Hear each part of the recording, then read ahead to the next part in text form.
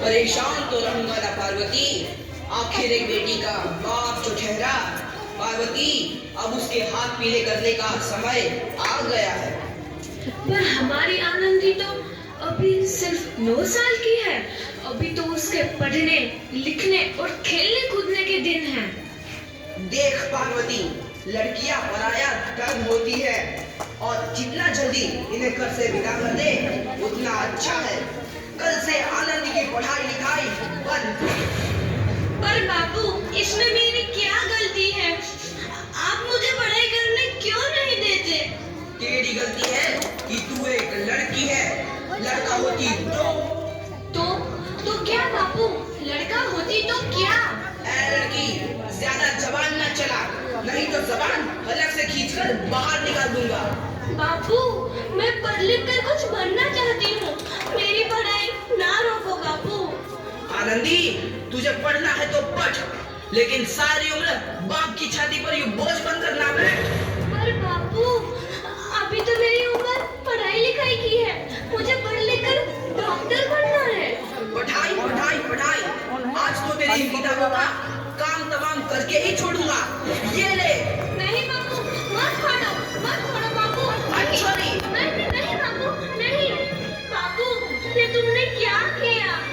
तुमने मेरी इन किताबों को ही नहीं फाड़ा बापू, मेरी किस्मत फाड़ दी, मेरी किस्मत। ये कॉपी किताबें ना सिर्फ छोरों के हाथ में अच्छी लगती है। लड़कियों के हाथ में तो सिर्फ मेहंदी अच्छी लगती है, मेहंदी। पर बापू, मैं लड़की हूँ तो क्या हुआ? लड़का और लड़की तो हमारे दोनों आंखों के समान होते हैं। चुप कर आनंदी, और यह एहसान मान कि अब तक जिंदा है तू।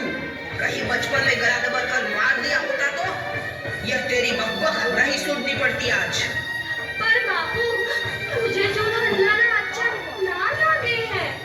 देख छोरी, जितना जल्दी हो तू चूल्हा जलाना सीख ले, उतना ही अच्छा है तेरे लिए। और हाँ, तेरा ब्याह तो होगा, वो भी कल के कल। अपना जीवन है तुम्हारी कहानी, आंचल में है दूध और आंखों में है पानी। मुझे माफ कर दे बेटी, तेरे बापू के जिद के आगे मेरी एक न चलेगी। माफ कर दे बेटी, मुझे माफ कर दे। इस प्रकार मात्र 9 वर्ष की छोटी उम्र में आनंदी का विवाह गोपाल राव जोशी से हो गया। बाल विवाह एक सामाजिक कुरीति है और इस कुप्रथा का शिकार होना पड़ा आनंदी को। 5 वर्ष बाद आनंदी 14 साल की हो गई है। उसके घर एक शिशु ने जन्म लिया है। देखते हैं आगे क्या होगा। देखिए ना, इसे क्या हो गया है? इसका माथा तो अंगार की तरह तप रहा है। इसे तो बहुत तेज बुखार है। आप बिना कुछ भी बोलते हैं, लीजिए मुझे। माधव, जल्दी से वैद्य जी को बुला के लाओ। जी, अभी बुला के लाता हूँ। ये तुम क्या कर रही हो आनंदी? भगवान की विभूति लगा रही हूँ। बस करो आनंदी, ये सब अंधविश्वास है। अरे आप यकीन तो कीजिए, भगवान की कृपा से इसका माथा ठंडा हो रहा है और बुखार भी उतर गया है ना बाबू? देखिए, दीजिए मुझे। उठो बाबू, आंखें खोलो, तुम्हें तुम्हारी माँ बुला रही है। आंखें खोलो, देखिए ना इसे क्या हो गया है? आंखें भी नहीं खोल रहा। आंखें खोलो बेटा, आप चुप क्यों है? आंखें खोलो बेटा, आंखें खोलो। आनंदी, हमारा बेटा कभी आंखें नहीं खोलेगा। नहीं, ऐसा नहीं हो सकता। मेरे बेटे को मुझसे कोई नहीं छीन सकता, कोई नहीं छीन सकता। पागल मत बनो आनंदी। माधव,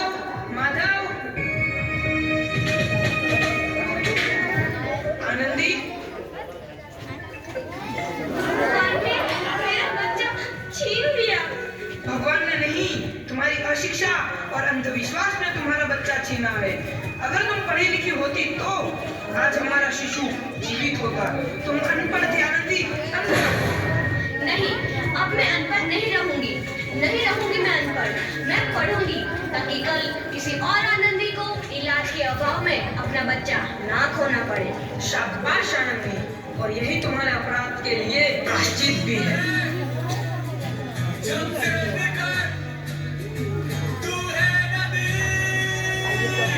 आनंदी, तुम्हारी 12वीं का परिणाम आ गया है।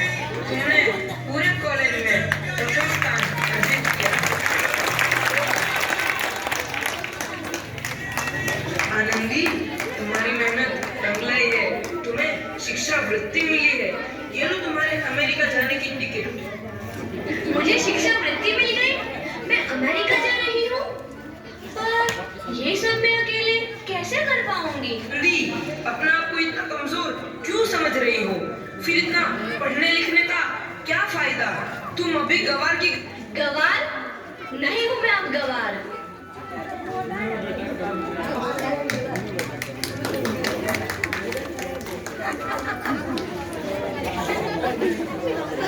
इस प्रकार 7 अप्रैल 1883 को आनंदी अमेरिका के पेंसिल्वेनिया के लिए रवाना हुई और 3 साल बाद उन्होंने डॉक्टर ऑफ मेडिसिन की उपाधि प्राप्त कर ली। इधर आनंदी के पिता की तबीयत बहुत खराब है। आगे क्या होता है देखते हैं। लगता है अब मेरे जाने का समय आ चुका है। अब मैं नहीं बचूंगा। ऐसा मत बोलो। शहर के सिटी हॉस्पिटल में अमेरिका से डिग्री लेकर कोई बड़ा डॉक्टर आया है। एक बार वहाँ चलकर दिखा लेते हैं। हाँ, सही बोला भैया। कम से कम दिल को तसल्ली तो मिल जाएगी। हाँ हाँ, चलो चलो जल्दी हॉस्पिटल चलते हैं।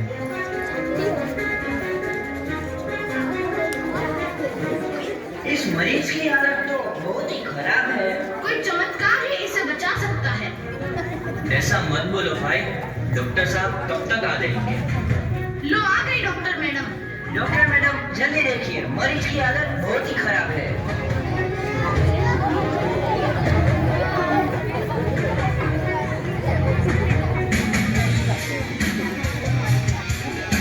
अब आप बिल्कुल ठीक है।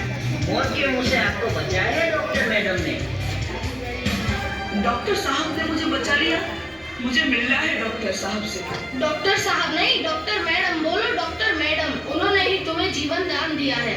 लो आ गई डॉक्टर मैडम, मिल लो उनसे। डॉक्टर मैडम, आपका बहुत बहुत धन्यवाद। आपने मेरी जान बचाई। इसके बदले में मैं गरीब भला आपको क्या दे सकता हूँ? वचन, वचन चाहिए मुझे कि कभी ये नहीं कहोगे कि लड़कियां कुछ नहीं कर सकती। वचन? ये कैसा वचन? अरे श्यामलाल, तुमने पहचाना नहीं? तुम्हारी बेटी आनंदी। आनंदी? मेरी बेटी आनंदी डॉक्टर? हाँ बाबू, वही आनंदी जिसके लिए बचपन में तूने चूल्हा और दूल्हा के अलावा कुछ नहीं सोचा था। आनंदी, आनंदी मेरी बेटी, मुझे माफ कर दे। मैं तेरा गुनहगार हूँ बेटी। नहीं नहीं बापू, वही आनंदी जिसके हाथ पीले करके तुम उसकी सारी जिंदगी काला कर देना चाहते थे। माफ कर दे मुझे मेरी बच्ची, माफ कर दे। मैं तेरा अपराधी हूँ मेरी बच्ची, माफ कर दे। नहीं बाबू, मैंने तो तेरा एहसान चुकाया है।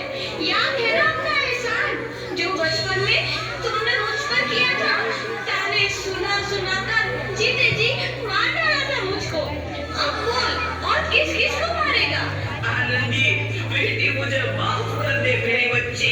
मैं तेरा गुनहगार हूँ। बाबू, आपने ही तो बोला था किताबें सिर्फ बेटों के हाथ में अच्छी लगती है, बेटियों के हाथ में तो सिर्फ मेहंदी। बेटों और बेटियों में फर्क करना तो आंखों में फर्क करने समान है। एक का पढ़ना और दूसरे का ना पढ़ना सामाजिक अधिकार है बाबू, सामाजिक अधिकार। कार मांगता हूँ मैं तुझ जैसी बेटी का, जिसने सारी उम्र मुझसे कुछ ना मांगा। मांगा तो सिर्फ बराबरी का दर्जा। वरना सच तो यह है कि मैं तेरी माफी के लायक भी ना हूँ। और जैसा बाप तेरी बराबरी कर सके, उसके मैं लायक भी ना हूँ मेरी बेटी। मैं लायक भी ना हूँ। अपने बापू को क्या माफ नहीं करोगे आनंदी? माफ कर दो आनंदी, माफ कर दो। सुबह का भूला यदि शाम को घर लौट आए तो उसे भूला नहीं कहते। बापू। तो इस प्रकार आनंदी सावित्रीबाई जोशी ने अपनी मेहनत और अटूट इरादे से न केवल भारत की पहली महिला डॉक्टर बनी, बल्कि आगे चल के उन लड़कियों के लिए सुनहरा रास्ता दिखा गई जो जीवन में कुछ करना चाहती थी।